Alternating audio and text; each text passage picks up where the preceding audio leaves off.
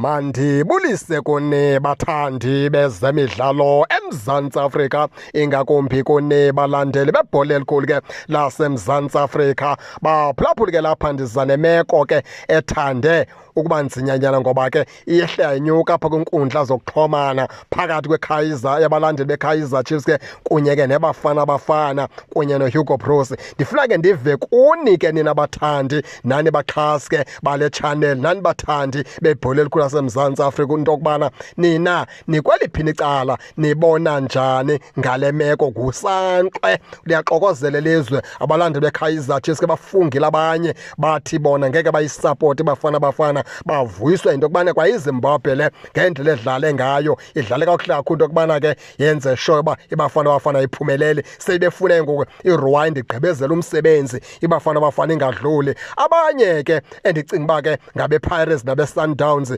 bathi bona hayi ngeke abalandeli beKaizer Chiefs ibhola bayazi, ngoba ke ekugqibeleni apha sithetha nge-national team, sithetha ngebafana bekumele uba ke wonke umntu ngoku sigqwalela emswaneni omnye apha ke sibambisana ngesandla ngoba ilizwe lethu nali ke ngoku lijongene nesimo esikhulu. Masiyiqale kanje ke lento thina ngendlela esiyibona ngayo.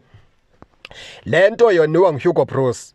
uHugo Broos njengomqeqeshi webafana ungutata welizwe, ungutata weplayers zonke ezidlala phansi kweBetway Premiership, kuzo zonke za teams eyi-16 ungutata wazo.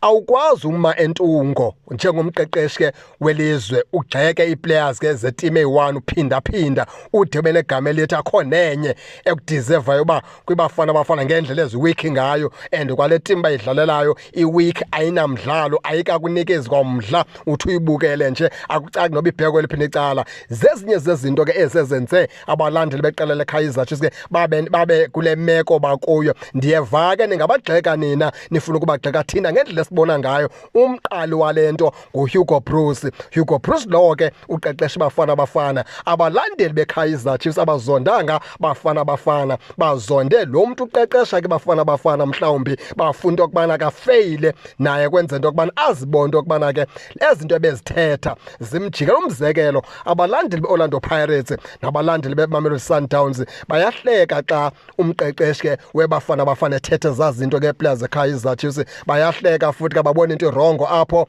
njengebegxeka iiplayers. Okokuqala eza players zii-players and esibindayo zii-youngsters. Xa uzothetha ngolahlobo uzithoba amandla, uzenza ziphelele ukuzithemba njengomqeqeshi onamava njengoHugo Broos. Awukwazi uthetha ngolahlobo kwii-youngsters, uyazibulala, uzikhulisi. Abalandeli bePirates ke nabe-Sundowns bona babona kuyinto entle bevuya. iKaizer Chiefs kayiqala ngokuyona abalandeli beKaizer Chiefs besithi ke ngoku abasayisupport bafana ngoba idlalwa zii-players zePirates, idlalwa zii-players zeSundowns. Sebesithi ngokubona abalandeli beKaizer Chiefs barongo, abalandeli beKaizer Chiefs ibhola bayazi, abalandeli beKaizer Chiefs banentliziyo ezimbi. Kanti ebholeni kubakho intliziyo ezintle njengabalandeli bebhola bona aba beSundowns naba bePirates, kutheni na bangathi xa uHugo Broos ethetha zizimanga ngeeplayers zeKaizer Chiefs beme bona badifende bathi noko asiyisupport iKaizer Chiefs, kodwa uHugo Broos uyazibulala ii-youngsters zeKaizer Chiefs. Akumelanga njengomqeqeshi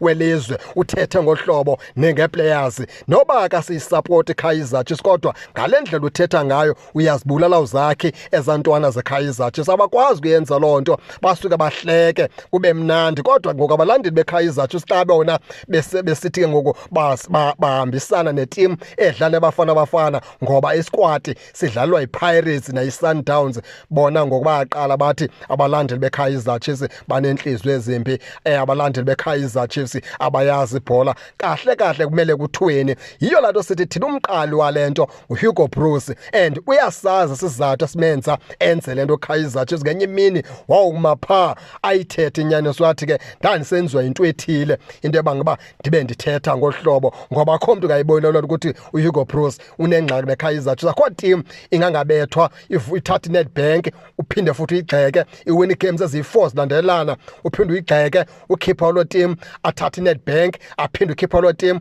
kungakore imatches zibe 5 kulandelelana, uphinde kwawena uyagxeka uthi awukaboniswa nto ngezo players, awukaboniswa nto ngale team, ayikakunikeza imidlalo uncomekayo. Sundowns ayiqhube kakuhle iyabethwa. Orlando Pirates ivule ngoluzi kodwa uthethanga nto Hugo Broos.